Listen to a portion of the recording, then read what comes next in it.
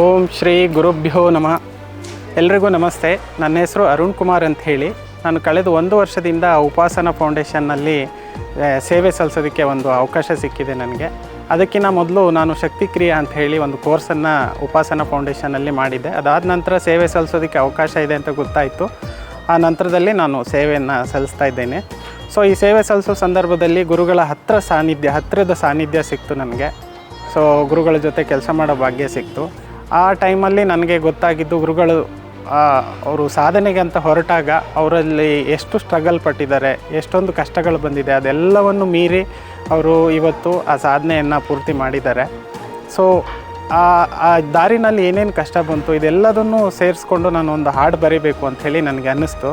ಅದಾದ ನಂತರ ಒಂದು ದಿನ ನನಗೆ ಒಂದು ಲೈನ್ ಬಂತು ಈ ಹಾಡಿಂದು. ಸೊ ಹೀಗೆ ಒಂದೆರಡು ದಿನದಲ್ಲಿ ಆ ಹಾಡು ಅದಾಗದೇ ಆಯಿತು. ನಾನೇನು ತುಂಬ ಶ್ರಮ ಹಾಕಿಲ್ಲ ಅಥವಾ ಇನ್ನೊಂದೇನು ಮಾಡಿಲ್ಲ. ಸೊ ಇದೆಲ್ಲವೂ ಆ ಗುರುಕೃಪೆಯಿಂದ ಆಗಿರೋದ್ರಿಂದಾಗಿ ಸೊ ಈ ಹಾಡನ್ನು ಪೂರ್ತಿಯಾಗಿ ನಾನು ಆ ಗುರುಗಳ ಪಾದಕ್ಕೆ ಅರ್ಪಿಸ್ತಾ ಇದ್ದೀನಿ. ಧನ್ಯವಾದಗಳು.